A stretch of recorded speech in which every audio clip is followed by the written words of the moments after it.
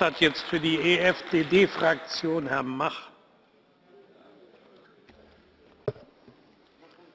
Dámy a pánové, čelíme zde skandální situaci, kdy Evropská unie zahájila řízení vůči Polsku, které má skončit až odebráním hlasovacích práv.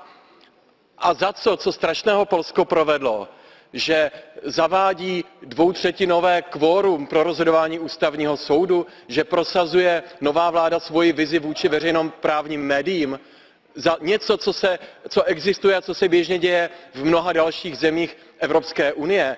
To je samozřejmě směšné a jde o záminku. Co vadí Evropské komisi? Že zvítězila strana, která nemiluje současnou podobu Evropské unie. Že se chce postavit proti nespravedlivému diktátu migračních kvót, to si myslím, že je pravý důvod. Podle mě nejde o nic jiného, než o nehorázné vměšování do záležitostí svrchované země. A John Fitzgerald Kennedy v roce 1963 v obklíčeném západním Berlíně řekl slavnou větu Ich bin ein Berliner. A dneska je potřeba stát při Polsku, na které nespravedlivě útočí Evropská komise, a proto dovolte, abych zakončil jako hrdý svobodný občan. Já jestem Polakiem.